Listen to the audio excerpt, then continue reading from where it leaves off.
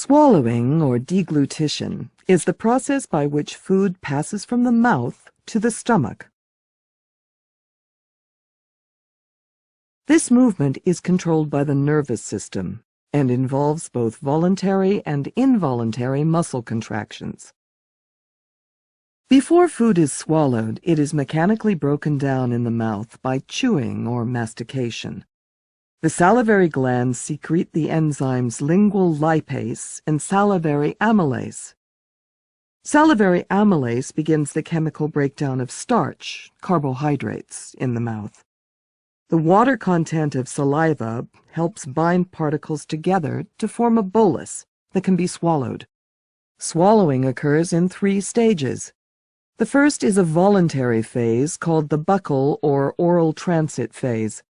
Here the tongue moves upwards and backwards against the hard and soft palates to push the bolus into the oropharynx. Next is the pharyngeal stage, in which involuntary movements push the bolus through the pharynx and into the esophagus. Movement of the bolus stimulates receptors in the oropharynx, which send impulses to the deglutition center in the medulla oblongata and the lower pons of the brainstem.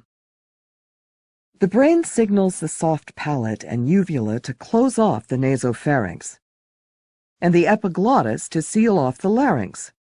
This prevents the bolus from entering the respiratory tract. The upper esophageal sphincter relaxes to allow the bolus to move into the esophagus, and contracts to reduce backflow into the pharynx. In the final esophageal stage, the bolus is pushed onward by peristalsis, a progression of involuntary wave-like contractions of the circular and longitudinal smooth muscles of the esophagus. As the bolus approaches the end of the esophagus, the lower esophageal sphincter relaxes and the bolus moves into the stomach.